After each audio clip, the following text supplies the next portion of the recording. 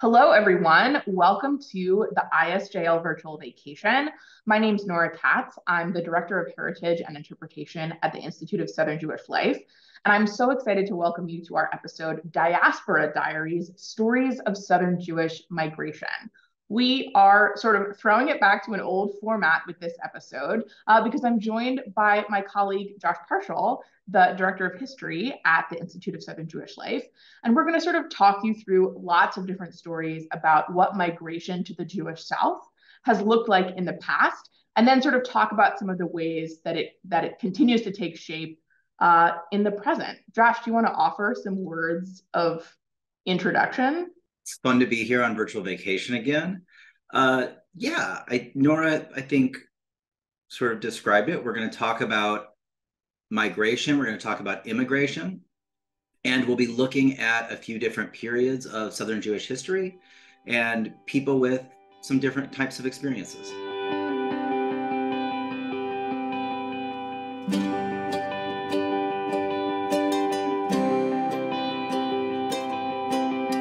So I'm curious just to sort of start us off. I think as we were kind of developing this topic and this idea, we were thinking about sort of what we wanted the episode to look like. So I'm curious, Josh, sort of why you feel like this is an important topic, why these are important stories to tell, and sort of what you're hoping that folks will take away from this. Well, you obviously don't get Jewish life in the South without immigration and migration. This has not been a region where Jewish people have lived for an especially long time when we think about the big sweep of history. And the details of these individual immigration stories, as well as the big patterns of Jewish immigration in the region, are revealing when we think about Jewish life globally, when we think about Jewish life in the United States, but also when we think about the history of the South in general. We're going to be talking a little bit about the reasons that people go to certain places, what they find there. And those are really good entry points for thinking about the economic history of the South, for thinking about the social history of the South, thinking about sort of the rise and fall and rise of different types of communities around the region. I think something that I talk to people a lot about when I'm presenting or leading tours or, sort of talking to folks about Southern Jewish history is that when we hear about migration to the United States, in school, overwhelmingly the story we hear is a story about Ellis Island. We don't learn about all of the sort of like broad swath of migrations that have shaped our country. Some of those are forced migrations. Some of those are migrations into ports that are not New York. Angel Island in San Francisco and ports, throughout the South and in the Northeast that aren't Ellis Island. And so I think the story that we hear, especially about Jewish immigration, is that there's Eastern European Jews who arrive in Ellis Island. They live in the Lower East Side of New York City in tenement buildings. And that's the story that we hear about how Jews ended up in the United States. And that is an important story, certainly, but it is not reflective, I think, of many people's experiences. And I think that we get a much more nuanced and frankly interesting understanding of sort of what it means to be American and sort of the shape that this history has taken if we understand it more broadly. So I think that's part of the goal here too. Yeah, there's a reason we hear the Lower East Side story, because a lot of people did that. There are other stories, though. Those stories tell us some other things about Jewish experiences in this country. So the first person that we're talking about here is Philip Sartorius. Josh, do you want to talk about who he is and sort of a little bit about the story we're going to hear? So Philip Sartorius was born in 1831 in Germersheim in the Rhineland. That was then Prussia. Now it's sort of the western edge of Germany. He died in Vicksburg, Mississippi in 1913. He was one of the early Jewish settlers to Vicksburg. He also spent some time living in Milliken's Bend. That's in Louisiana. It's just across the river from Vicksburg. It is a settlement that's no longer there. I believe it was washed away by the Mississippi River. So Philip Sartorius immigrated in 1845. He had an older brother, Wolf Sartorius, who was already there in Vicksburg. So that itself is a great sort of detail that illustrates a lot of how Jews get where they get, which is that there's always, in almost every case, some other Jewish person there first. And oftentimes it's an older brother or an uncle or a sister-in-law, whatever it might be. There's a relative there. A lot of times we see folks sort of following in the footsteps of someone that they knew in the old country, whatever that old country might have been. He did well for himself. He started a family, moved to Milliken's Bend. By 1860, he did enslave a handful of people. He wasn't enthusiastic about secession, though. So he's definitely bound up in the slave economy of the South. He's not an ardent secessionist, though, at least according to sort of the memoir that he writes later on. He doesn't speak highly of the Confederate Army or the United States Army. And for several years, he was actually exempt from conscription into the Confederate Army due to his position as local postmaster. When he did have to join up, it was decent ways into the war, and he was actually wounded in a battle at Milliken's Bend, which was part of the federal campaign to take Vicksburg, right, an important strategic point on the Mississippi River. And reportedly, he was the first person injured in that Battle of Vicksburg. So later on, in about 1910, he writes this memoir. It's published serially in the local newspaper and then also compiled elsewhere. And he documents his family's successes in post-war Vicksburg. He talks about the challenges they faced, including the deaths of several young children. They had a number of children, and most of them did not live past a few years. It's also an immigration story, and a really interesting one. It's typical in a lot of ways. It talks about a young person, a young man, about 15 years old, who leaves the German states in a period of economic challenges, in a period of some political turmoil, and folks like him, and a lot of times we are talking about men when we're talking about individual immigrants. These men, were looking for economic opportunities. To some degree, they were looking for sort of social and political freedom in the United States. And he really sort of encapsulates this mid-century sort of 1840s, 1850s experience. And again, he does so traveling to go meet a brother. He does so as someone who initially gets into sort of, the sort of merchant trade. It really fits a lot of the common stories when we talk about Jewish immigration at that time into these sort of lower Mississippi Valley communities. So Philip Sartorius's story is a memoir that we wanted to bring to life for the episode. So playing the role of Philip Sartorius is my friend Corey Squires, who is the director of theater at Pearl River Community College. My brother-in-law Stahl took his team and carried our baggage to Speyer, where we took a steamer to Mainz, where the river Main empties in the Rhine. Our brother Wolf met us, and we took the train to Frankfurt am Main. We stayed there a week. On Shabbat, we went to the Rothschild synagogue and saw Anselm Rothschild, the founder of that famous family. At the end of the week, we returned to Mainz, where we met Mr. Steigelmann, who was in Germany after his inheritance and who promised Brother Isaac to take charge of us.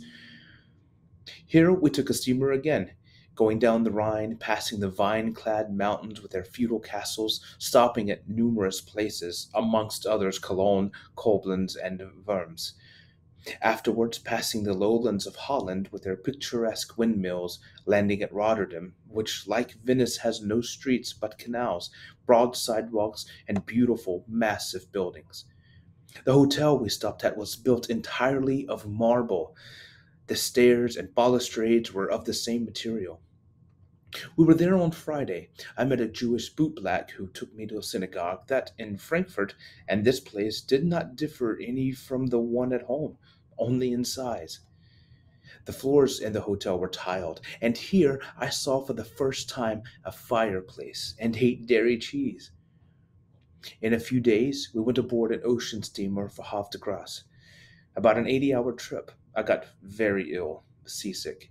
The wind was high and the waves rough. At Havre, we stopped for about 8 days. I forgot to mention that a young lady, a sister-in-law of Uncle Wolf, accompanied us here. and shortly after became the wife of Mr. Navarra of Little Rock, but merchandising here at the time. About the 25th of September, we went aboard the sailing vessel Talion for New Orleans. At that time, there were no ocean steamers running between Havre and New Orleans, probably one or two sidewheel steamers between New York and Liverpool. We had about 600 passengers on the ship, people from every part of Europe. Our ship was towed out of the harbor by a tugboat to the open sea, the sailors unfurling the sails. One of the sailors motioned to me to help pull the ropes, which I tried to do. When the sailors pulled, I was thrown on deck and, in consequence, came here with a black eye. There were a number of Frenchmen on board who took a great fancy to me. They did their own cooking and were experts at making pancakes, of which I had to partake. One of these fell out with the Swiss passenger. I was a pretty good French scholar, and I would carry back and forth what each said of the other. And when they came to blows, the captain made the mate tie their left hands together, or placed a cudgel in their right hands and told them to pummel each other until they had enough. One of the passengers caught a dolphin, about 12 feet long, and all got a taste of it. We had 5 deaths on the trip. The bodies were put in a canvas bag with a heavy stone in the bottom. The captain held the funeral service. He was a good Christian. The sailors and others standing around with bare heads. The corpse was then shoved through a porthole into a watery grave. We met many vessels and exchanged mails. On Rosh Hashanah and Yom Kippur, we had pretty hard storms. Everything on deck broke loose and went overboard. The passengers were fastened in their cabins or below, and the hatches fastened. I was the only one left on deck beside the sailors. The captain was sure mad. I think he thought me a terror. Otherwise, we had a nice trip. And the first day of November landed at New Orleans, where we were met by some friends of Brother Isaac, where I saw the first time a mosquito bar tucked in and had to call someone to show me how to get in the bed. So the Philip Sartorius memoir is a great example of this mid-19th century Jewish, and really German Jewish in many cases, migration to the American South. That's the example today that we'll see from that period. There are certainly many others, and that migration continues after the Civil War as well. And there's plenty of other stories from other folks, as well as, of course, the earlier stories of Jewish migration, more on the East Coast.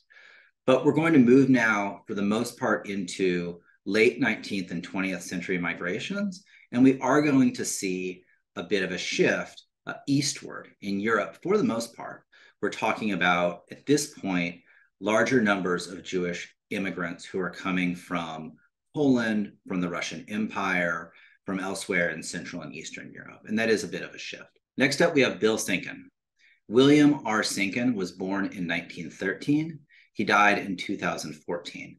He was the son of Nathan and Bella Sinken. Now, Bill Sinken was known as an organizer and as a business person in San Antonio. He showed a decades-long interest in issues of inclusion, as well as a real enthusiasm for renewable energy. And there's a whole, like many of the people here, there's a whole story that we could tell about that. I was really lucky to interview Bill Sinken for the ISJL in 2012. I was specifically interested in talking to him as someone who had experienced through his parents sort of the world of Yiddish-speaking immigrant life in San Antonio in the early 20th century.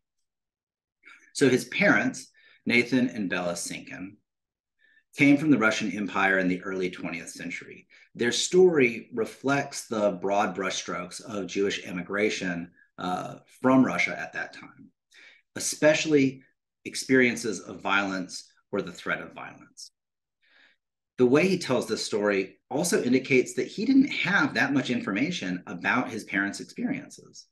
There are plenty of instances in which Jewish kids of his generation did learn more about their parents' lives, but a lot of information, a lot of stories, a lot of knowledge was lost in the transition from the old country to the United States, was lost in subsequent years as parents chose not to or didn't know how to talk about what they had been through or their lives, as well as because of children who in some cases weren't interested, in some cases didn't know what to ask. And you hear that often in oral histories, especially with those children of immigrants. And that's a large number of the oral histories that we hold at the ISJL. So that's a theme that we're going to hear again. But let's listen to Bill Sinkin for a moment, talk about what he had heard from his parents. I asked my mother where they lived, and she said they were from Pinsk. And I asked her, well, where is Pinsk? She said it's 30 miles from Minsk. It's interesting, as I look back now,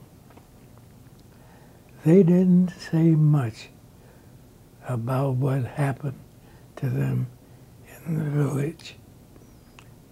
What did happen, she was his nurse. My father had TB, and how he got in the country, I don't know, and was told to come to Texas, where it would be healthy for them. But the two of them walked, she said, when the village had been burned down by Russians on horses, and there are small homes taken, and they left, the two of them. And my father, who was a farmer, was a strong man, healthy, but he had this disease. And my wife, his wife was his strength and his health. So they came here, they were told to come to San Antonio.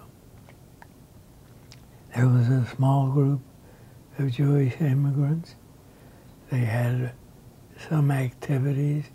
There were a lot of rich German Jews here in San Antonio, and they came here and took a small home on the south side of town.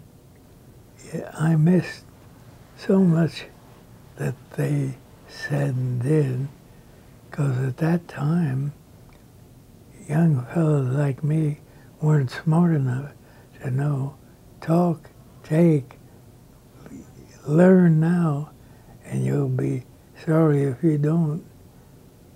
And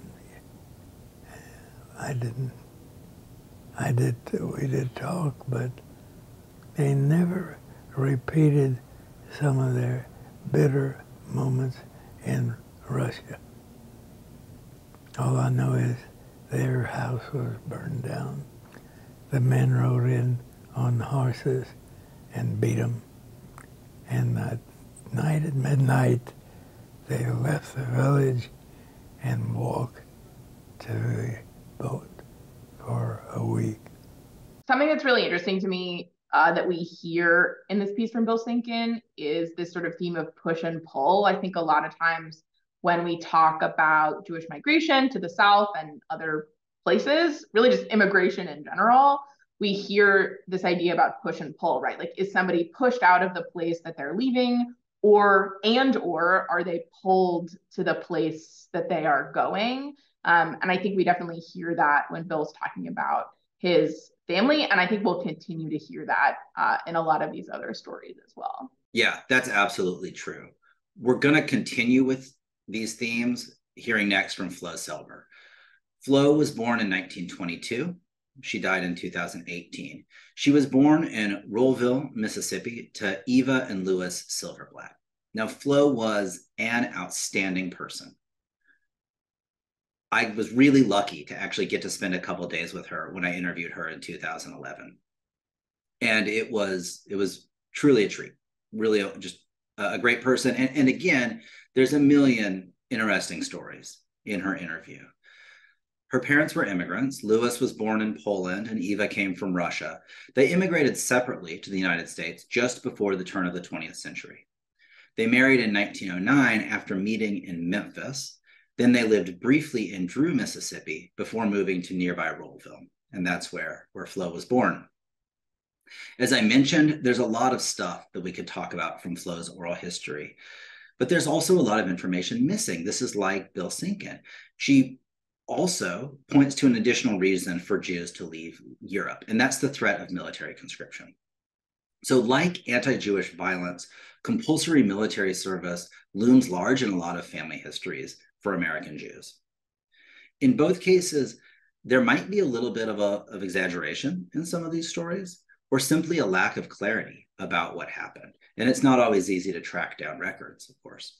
But I think these stories about the push factors, these stories about violence, or these stories about military conscription are a little more interesting. They catch the imagination a little more than stories about economic relocations. And of course, relocating for economic reasons, migration for economic reasons, is really the biggest driver of people's movements. I think on a mass scale, that's true Jewishly, and that's true otherwise. Stories about conscription, stories about violence might capture the imagination and stick a little bit more in family stories as they're being handed down, compared to the mundane, but also, you know, very true and very important story of economic struggle for Jews in Europe, in different places and in different times. There's a real grind of poverty for a lot of Jews in Eastern Europe, and that's a huge driver bringing folks to the United States. My mother's maiden name was Eva Shevsky, and she was born in Russia, in Kovna, Gubernia, and she was one of 6 children, and she came with her parents to Memphis, Tennessee in about 1900. And my father was born in Dvaritz, Poland, and he came to America about the same time, but he didn't come with his parents. He had 2 sisters who had come to America before him, and one was living in Brooklyn, and the other one had married a man in Drew, Mississippi, had a big farm there. So that he ended up in, after Memphis, he ended up in Drew because she was living there, but he just stayed there a short period of time. He had opened a restaurant, and it burned the night that he and my mother were engaged, so he moved from Drew to Rural and had a grocery store there. And he didn't have any other siblings except the 2 sisters. I do know one thing about my father. He served he was in the Russian Army, because I have a picture of him in his Army uniform. And I have a feeling that he deserted, and he didn't ever go to war, but I have a feeling that he deserted because he didn't want to fight, and that's why I don't think he ever went back to see his parents. I know very little about their lives. I wish I did. I guess when I was growing up, I wasn't interested, and they didn't talk about it. The only thing I know that my mother's father was a merchant, and my father's father was a scholar. So we'll hear next from Rose Bial. Whereas we have this lack of information from Flo and Bill Sinkin, here we are going to get a more detailed account. Now, this is from someone of their parents' generation, this generation that really comes of age right around the turn of the century. So Rose Bial was born in 1884. She lived until 1960. She wrote an account of her life several decades after her migration, relating her family history in Latvia, which was then part of the Russian Empire, and her migration to the United States.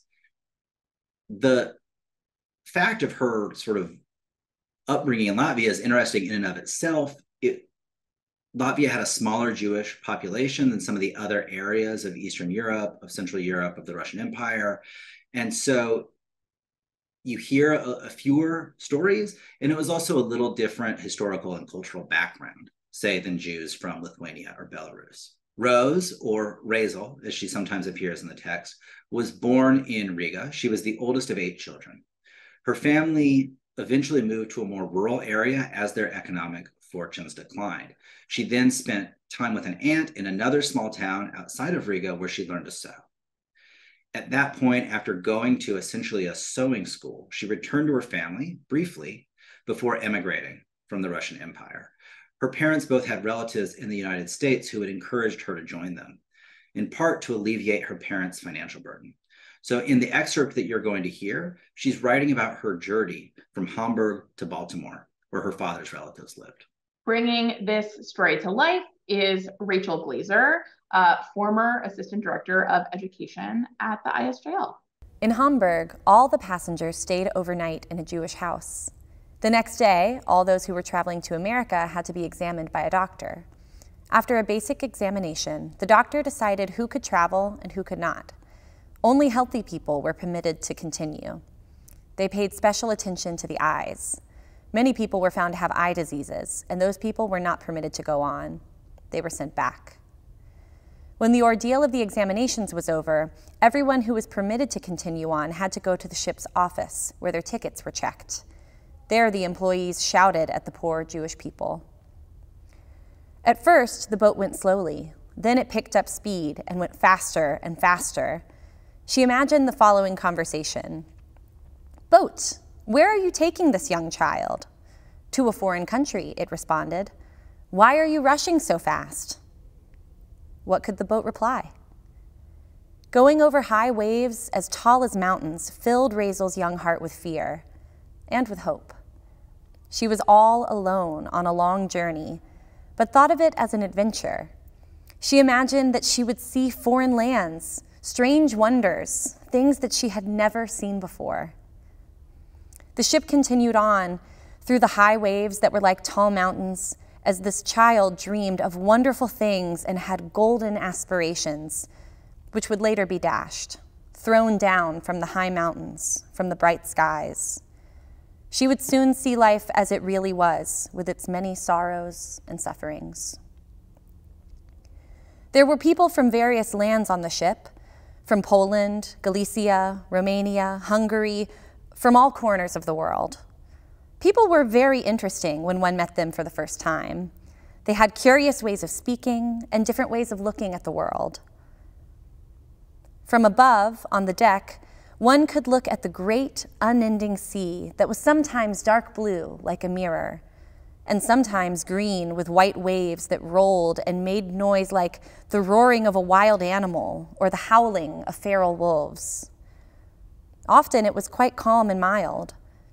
Then one could see large fish jump and dance happily, lifting their heads. Sometimes they would jump in the air and then dive down again.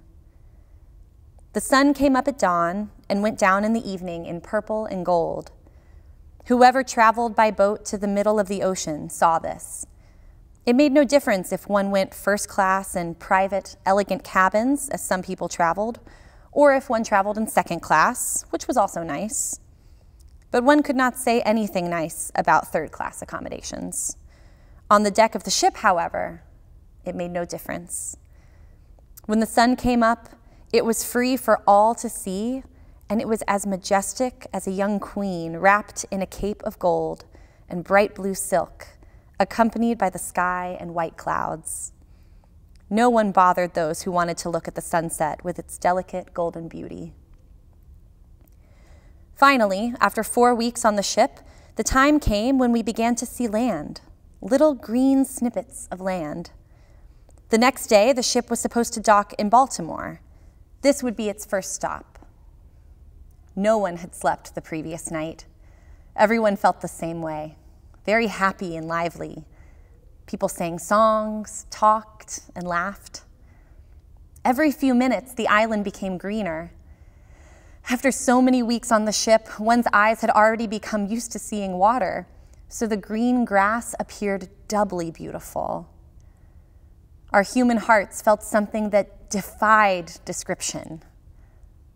Land, a new world. How did this new world look? Wonderful? What was there in this new world? Were the people there like all the people who we were used to seeing until now? Was the sky the same there? How did people behave there? What surprises awaited us?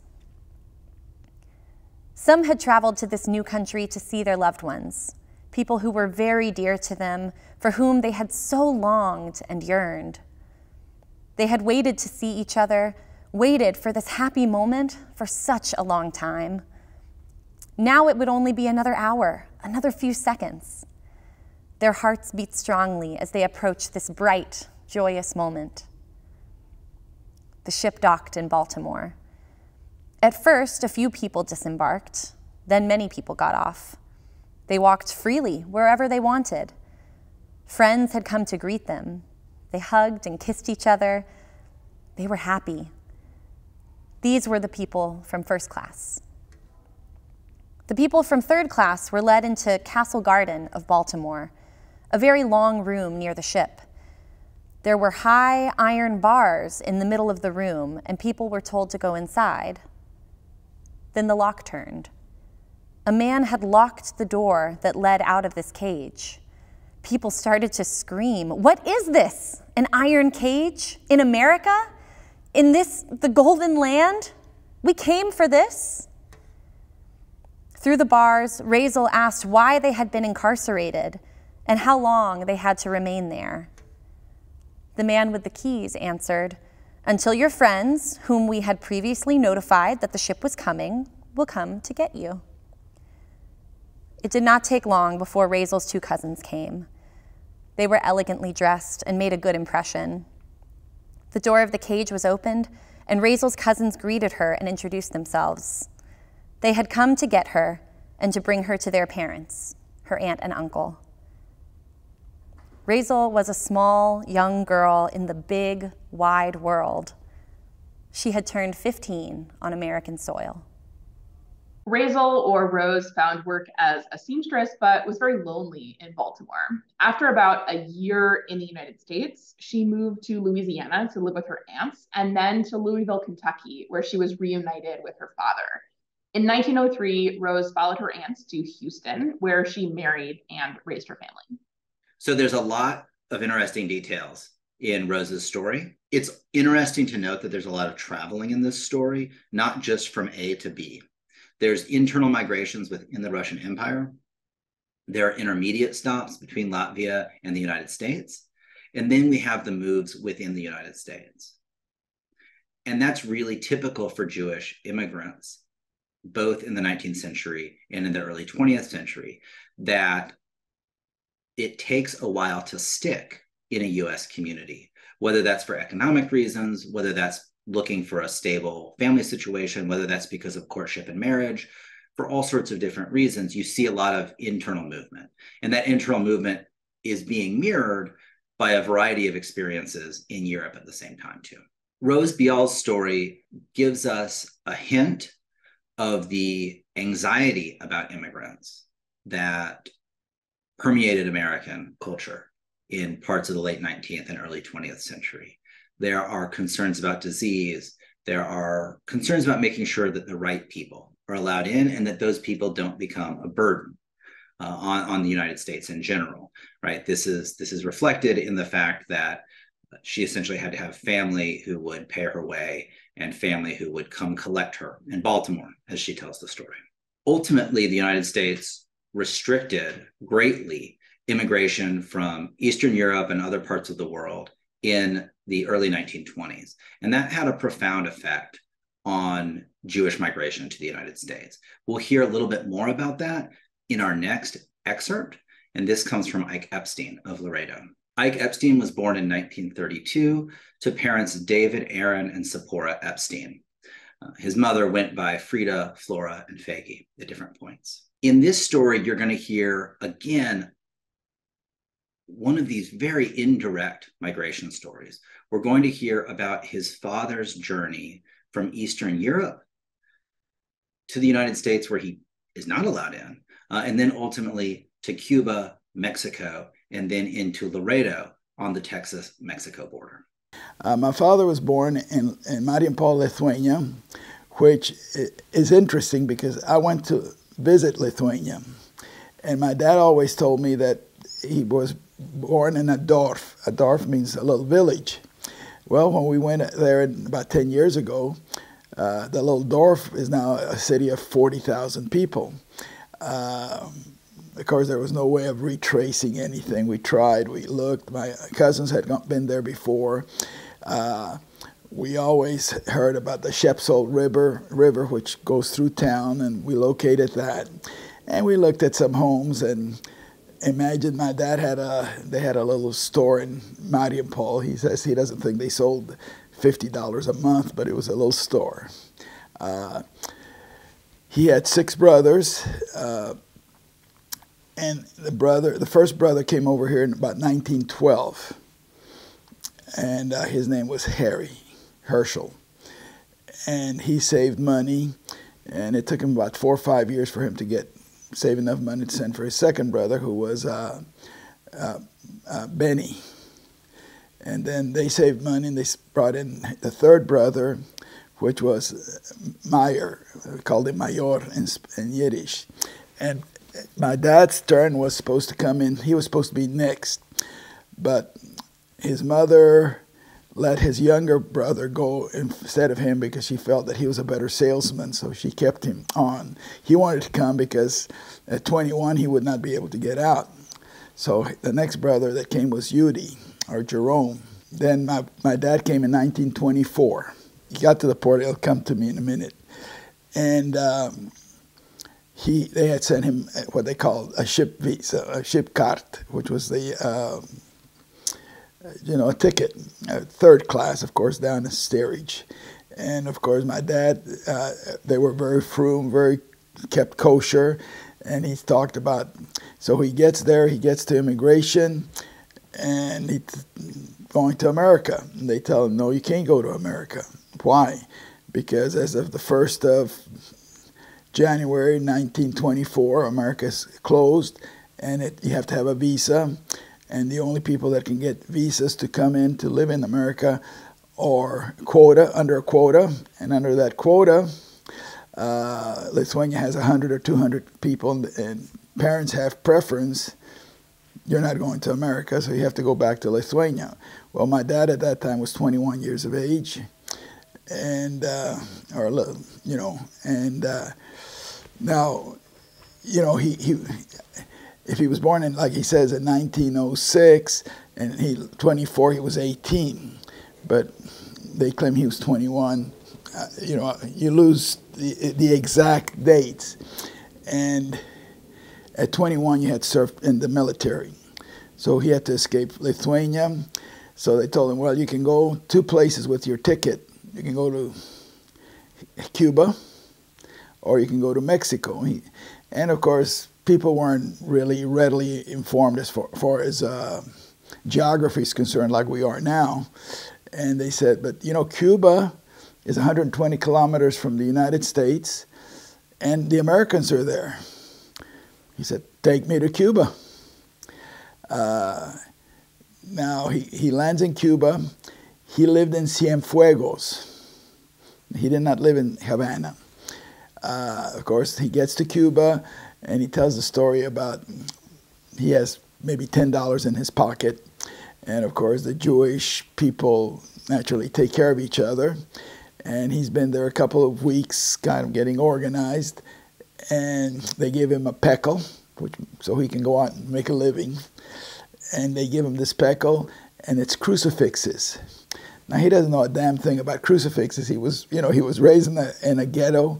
He was scared to death. I mean, even in their older life, when they saw a priest coming down on one street that crossed the street, they were scared to death because they knew when the priest was in their neighborhood, there was trouble. So, and I said, well, what happened? He said, well, he said, how'd you learn? You spoke 3 or 4 languages. I mean, he spoke Lithuanian, he spoke Yiddish, he spoke Russian, but he didn't speak Spanish or English. He said, well, it's interesting. He says, but when you've got to eat, you've got to learn. And within 6 weeks, I was very fluent in Spanish, and my dad spoke beautiful Spanish. He didn't speak English much, but he spoke Spanish well. And so he lived in Cuba for 4 years. And in the meantime, he started communicating with his brothers that were already in America. And they kind of had decided, well, if you come to Mexico, it's on the border. We're in San Antonio. And if you're in San Antonio, you're 150 miles, we can go down and visit with you. He went to Mexico. he went first to Monterey because it had a nice big Jewish community, and they helped each other. But in the information with my dad and his uncles and his brothers, they were able to say, well, why don't you just come to Laredo, Texas? I mean, Nuevo Laredo, Mexico, you're on the border, you're ready to go, we can come and visit. And in those days, although he couldn't live here, it was easy to come back and forth. I mean, immigration wasn't what it is today, of course. And the main thing that happened, he came, he settled in Nuevo Laredo, and he started selling blankets. And, you know, we talked about the blankets, and I said, well, what? He said, well, he says, I started selling blankets, and he says, but in those days, you know, there was no money. So I would take my big pack of blankets, take the bus, go to the end of the line, and in the morning I was fresh, I could carry my blankets, and I would sell them as I walked towards town. Hopefully by the time I got close to town where I lived, I would be out of blankets. That was not always the case, but that's the way I lived. And my uncle Meyer, who was in the lumber and building material business, said, well, why don't we build some stuff in Nuevo Laredo? So they built a house. We lived in they had a house in Nuevo Laredo. My mother and dad married in 1930. And we have the documentation that my son has it in San Antonio. And of course, in Mexico, it's not like the religious minister cannot marry you. He can marry you on behalf of the church or the synagogue, but the civil authorities have to marry you. So they have the documentation that they were married in Nuevo Laredo. My mom and dad met in Monterey. My dad was living or visiting Monterey, and my mom was visiting her first cousin, Lupe Hamilton, in Nuevo Laredo, in Monterey. Everybody in Laredo knows her because she used to come here all the time. And they married, and in 1932, my dad was able to come to the United States. Now, I don't know, he says that his uncle Meyer, who was kind of connected, got him special dispensation to come in besides the visa. The people that were here living locally had come here before 1924.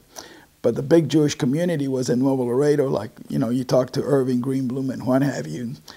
And they didn't start coming in until the late 38, 39, 40, when Europe dried up, and then there was the quotas weren't being filled, so they could come in from Mexico. And a lot of people came in from Mexico, not necessarily because they were from Cuba, I mean from Europe. They came in from Mexico because they had become Mexican citizens.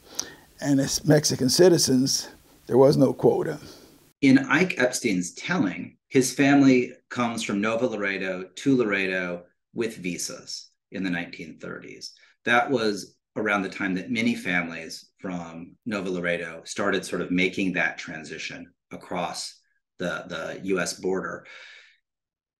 In some cases, it seems that they came without documentation, and that is a story that takes place, among other places, there in South Texas. It's been written about by historian Libby Garland in her book, After They Closed the Gates, Jewish Illegal Immigration to the United States, 1921 to 1965. So if that particular story piques your interest, that's one of the places that you could go to learn more. I will also add that if you're interested in learning more about the Southern Jewish community's connections to Jewish life in Cuba, you should really watch our episode about Miami's Cuban Jewish population, which will be linked in the description of this video. One of the consequences of the United States restriction on immigration in the early 20s was that a decade later, as conditions were deteriorating in Nazi Germany, it became difficult for Jews to get out of Europe and find their way to the United States. A number of Jews went elsewhere. You see Jewish migration to other countries, but you also see a few Jews who managed to get through, and some of them find their way, one way or the other, to the South. There's a number of interesting stories there. We're going to hear now from Ruth Frankel. Ruth's family came to McGee, Arkansas in 1938. Her parents, Rosa and Hans, secured visas in order to go to Southeast Arkansas, where they had family. And she's going to talk about the process of leaving Germany, escaping the Nazi regime, and coming to Southeast Arkansas and the life that they had there. I was born in Germany, Bad Kissingen, and I have been in the United States since 1937. I was 6 years old. My mother's name was Rose, but they called her Rosa, and my father's name was Heinrich, but when we moved to America, he was Henry, and their last name was Hamburger. My uncles were already in McGee, Arkansas. They were peddlers to begin with, and by the time they moved to McGee, they bought some farmland, and they had a gin down there. They were well established by the time that we came in 1938. When they saw how bleak the situation was getting, the war and the anti-Semitism, which was already in Germany back then, he said, you must leave. You must pack up and leave. Just leave and come. And he was the one that brought our visas to us, met us in New York, had made arrangements for living quarters for us there. We were not able to bring too much with us. Now, we did bring some china and not real silver, but we were happy to get out.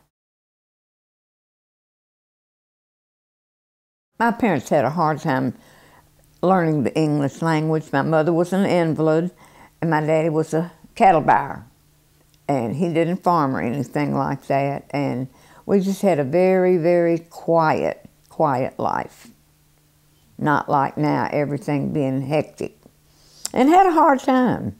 But our uncles were very good to, my uncles were very good to us.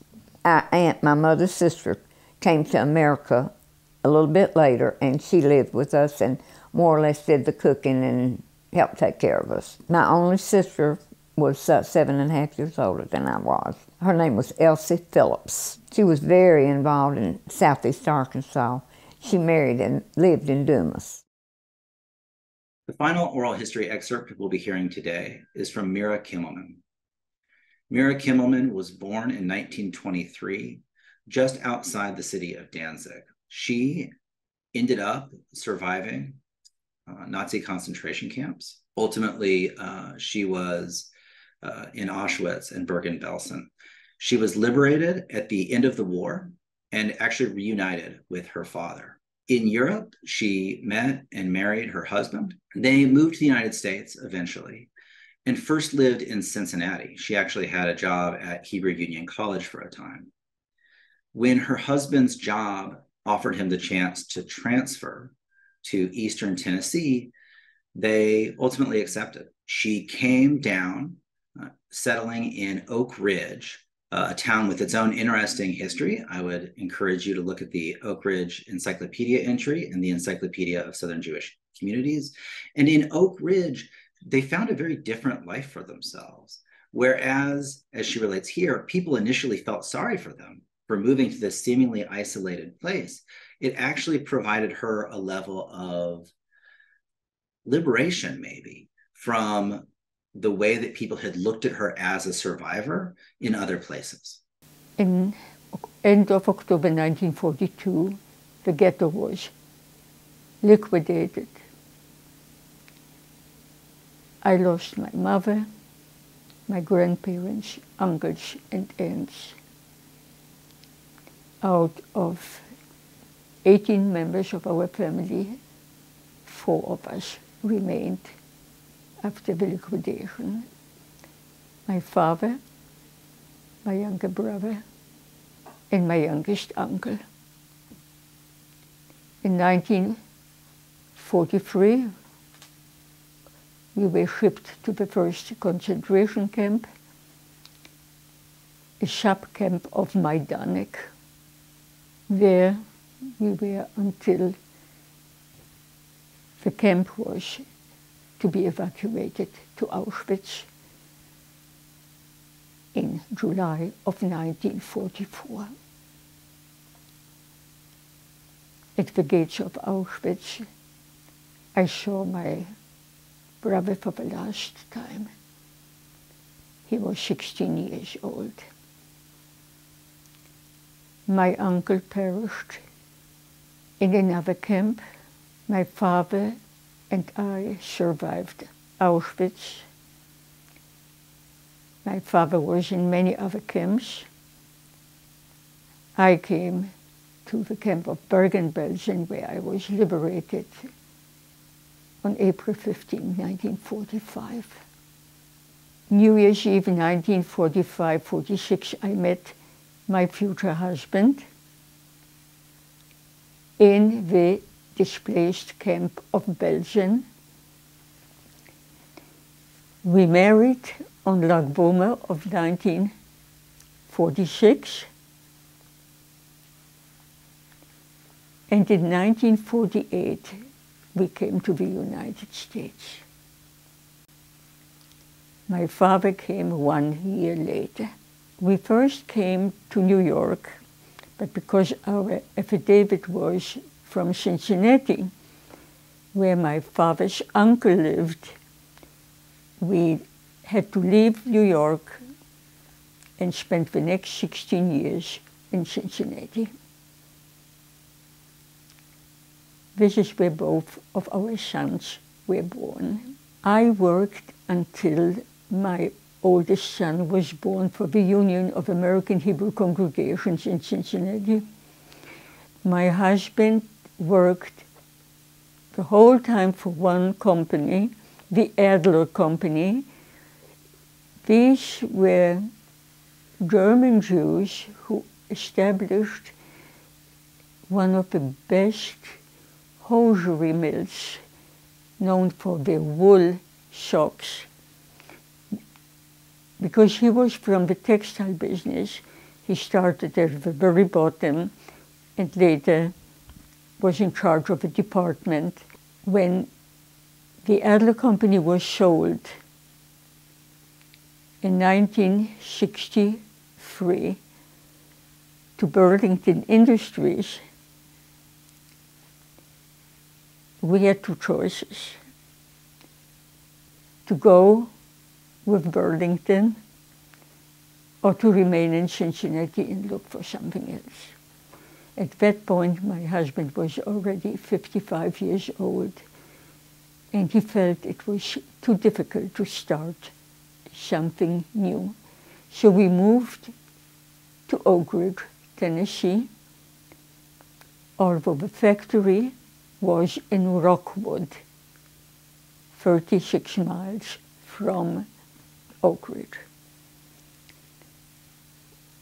But both of us, my husband and I, wanted our children to grow up in a Jewish environment, to be closer to a synagogue, to Hebrew school, and Oak Ridge was the closest town to Rockwood.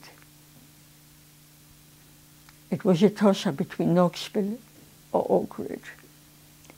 But Knoxville was 50 miles from Rockwood, so to Oak Ridge we came 45 years ago.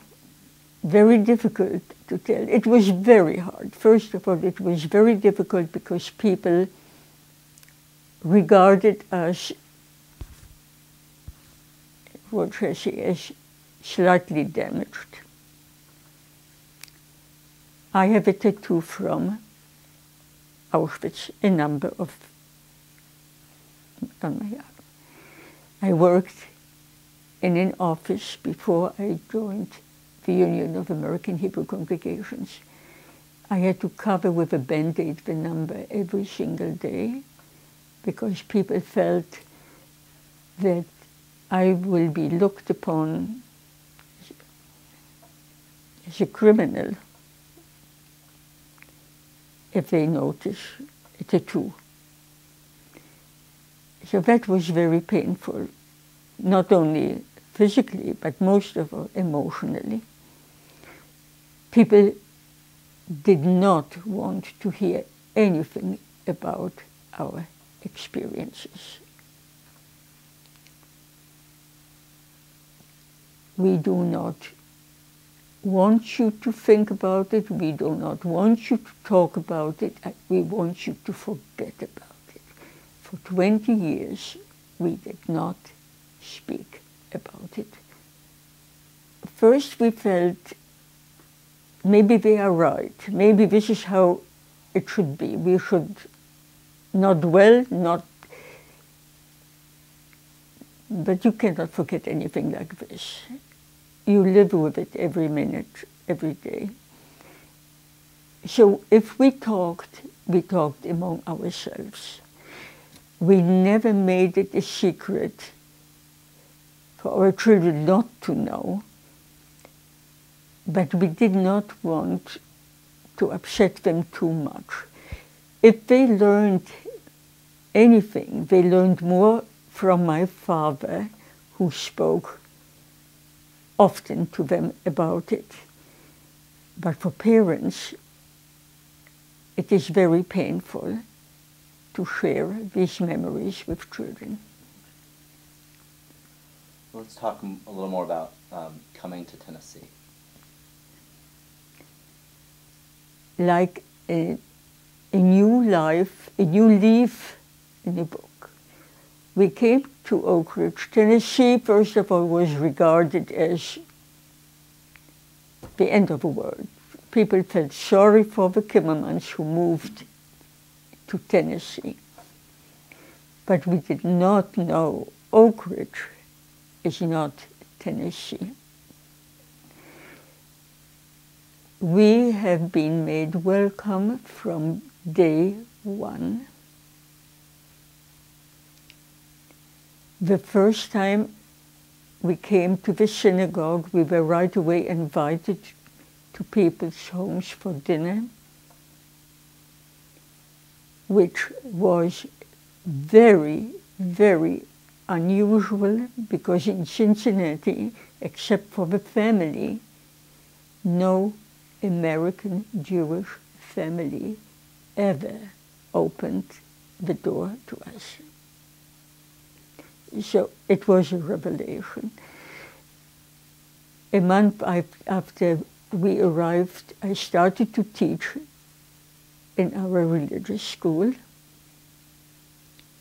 and I'm still doing it, so I'm still at it as long as I can, as long as we have students. So she goes on elsewhere in the interview to talk about her work, speaking and writing as someone who experienced Nazi genocide firsthand and survived. And she notes that she felt more comfortable, she felt more welcome to share those experiences in Oak Ridge than she had in other places. She didn't enjoy it. It's not something she wanted to do, but she had an ethical obligation to do so. She also notes that she was first invited to speak in front of non-Jewish groups, that she taught about this experience in churches and in schools before she ever spoke to a Jewish group about the topic. So Mira's story brings us to mid-century in the US South. And there are other stories that we could tell about that really take place in intervening decades. We could talk about South African Jews, Israeli Jews, Jews from Latin America, all of whom have come, at least in small numbers, to the American South. We could talk about a small handful of Persian Jews who have found their way here.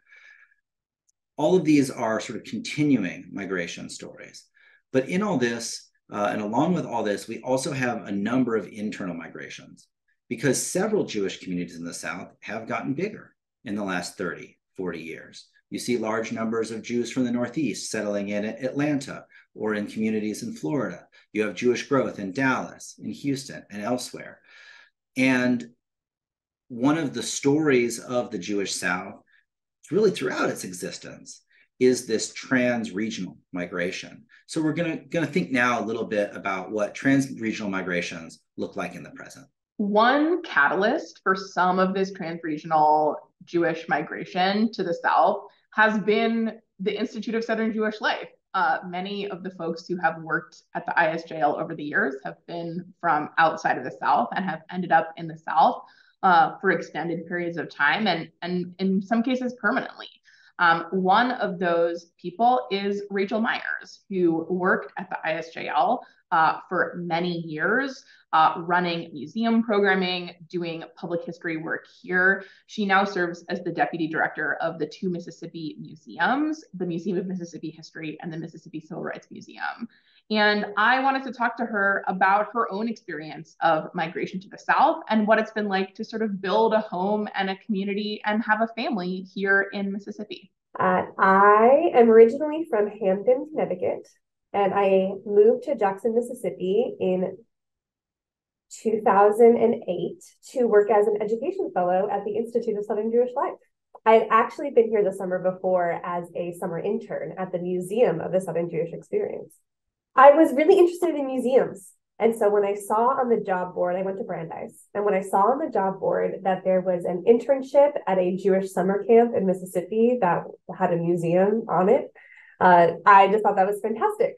And so I spent my very first summer in Mississippi, in Utica, Mississippi, and I could not get over how all of the children were just running around and playing soccer when it was so oppressively hot. Like my thin skin and northern disposition could not understand how they were being so active in the summer heat. So after a few days, I'd gotten used to it, and I really fell for the Southern Jewish community. Even being in Brandeis, I'd been surrounded by Jewish people from all over the country, but there was something really special about the South. And so when I was looking for permanent employment in 2008, so they had invited me to come take on a full-time position as a fellow, and I accepted, and I moved to Mississippi. I think my mother always assumed that I would stay here for 2 years and then move back up north, but fell for it. So now when people ask me where I'm from, I always say I'm from Connecticut, but I've been in Mississippi for over a decade, and I married a Mississippian. I made 2 Mississippians, and then I moved my mom down here, so I actually am helping with the population of the Jewish community. So again, leaving a larger city and coming to, I have to be careful when I say this, that Jackson is a small community because it's the largest in Mississippi, but it felt like a small community. And I knew the person that owned the coffee shop, and I knew the folks who were running for office, elected officials, and I knew the people, that were working to make this community the best that it could be. And I was excited to be a part of it. When I was here, I was mostly friends with transplants. So we bonded together. It was me working at the Institute, but it was also, Teach for America or medical residents or people coming in, for the greater good. And that was just electric. It inspired me to want to stay. I want to hear about kind of what made you stay, right? Because you could have been here for 2 years for the fellowship and then gone. And what was it that kind of kept you here? What kept me in Mississippi? I fell in love with a Mississippian. So, that's a major part of many people's migration stories is you move for love. Well, I stayed for love, or there really wasn't a reason for me to go.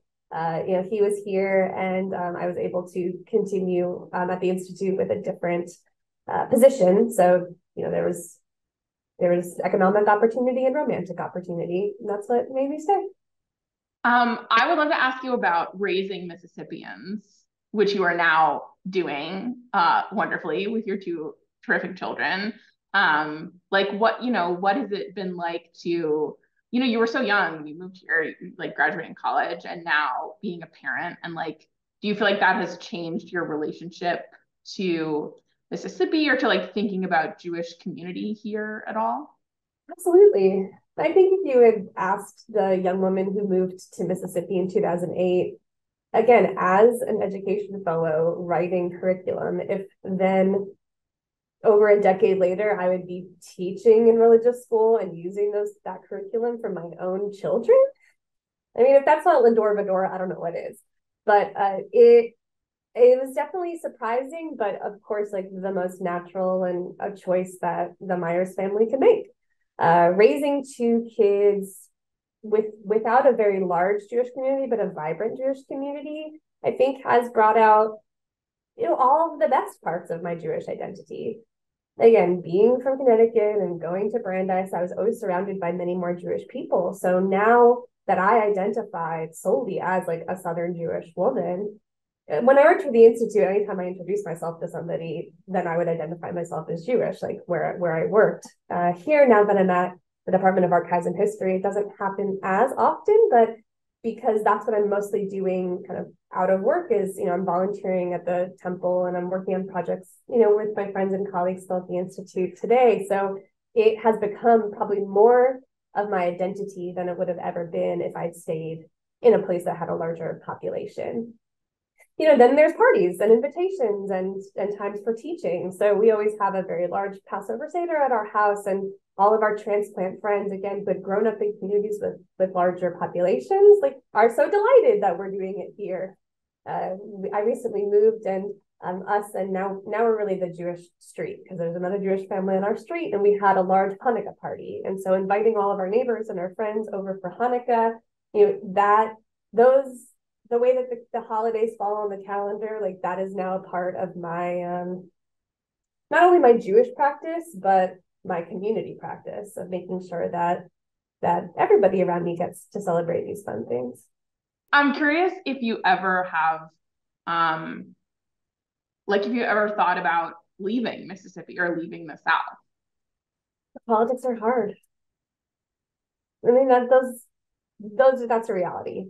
And a lot of my friends who were here 15 years ago have left for one reason or the other. But a lot of it is to hope to be at a place where, it might seem easier to raise a family. And there might not be so many obstacles for, resources and equity for all. The politics are hard. I'll say that. Would I ever think of leaving? No. I mean, this is home. These are my people. This is my family. This is my community. These are my neighbors. There's nothing for me in Connecticut anymore, especially with my family, moving here. It would never be me returning home. Maybe it would be moving to a different southern city, perhaps. But no, it doesn't come to the top of my mind very often. I think there's challenges everywhere. You and I have done similar work where we bring communities from outside of the South here and Southern traditions. And the things that I always wanted them to know is how should I put this? How rich and fulfilling being a part of a small community can be.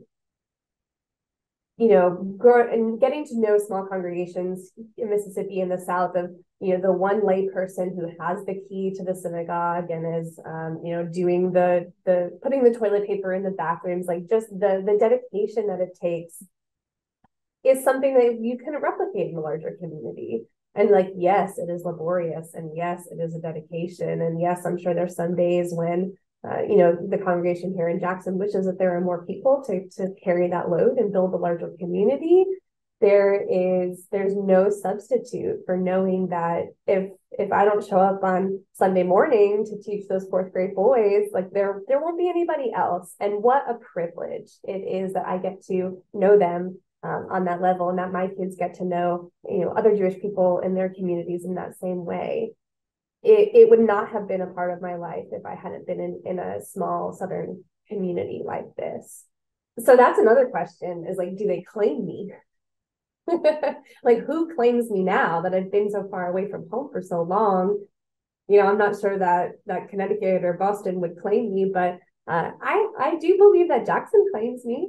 And I have to believe that, the state of Mississippi is glad that I'm here and working in these museums and talking to visitors and school kids every day about Mississippi history, because I do it with passion and enthusiasm and a way to help people have a better understanding of their history here. We've talked about Jewish immigration in most of our cases today from Europe to the United States, although there are certainly other stories of Jewish migration to the South. We've talked about some trans-regional migration. We can also talk about movements within the South, because as the South has urbanized over the course of the 20th century and into the 21st century, we've got, say, throughout the ISJL Encyclopedia of Southern Jewish Communities, example after example of people going from smaller towns, ending up in larger towns, being drawn, again, by economic opportunity, being drawn by infrastructure of Jewish life, being drawn by a variety of things that make, for whatever reason, life more appealing in some of these larger metro areas. And that has fundamentally shaped what Jewish life looks like in 2023 versus how it looked in 1943 or 1983. it's interesting to think about what sorts of migrations might happen Jewishly in this region in the future. We have booming Jewish communities in, again, some of the big cities I've mentioned. We've also got these smaller urban centers that are growing really rapidly, and they are attracting larger Jewish populations. It's not perhaps clear exactly what that'll mean for organized Jewish life in those places yet. So you do have Jewish booms in places like Austin, Nashville, Raleigh, Durham. And I think that is starting to show up somewhat in the Jewish lives of those cities. So those are things to look at in the future.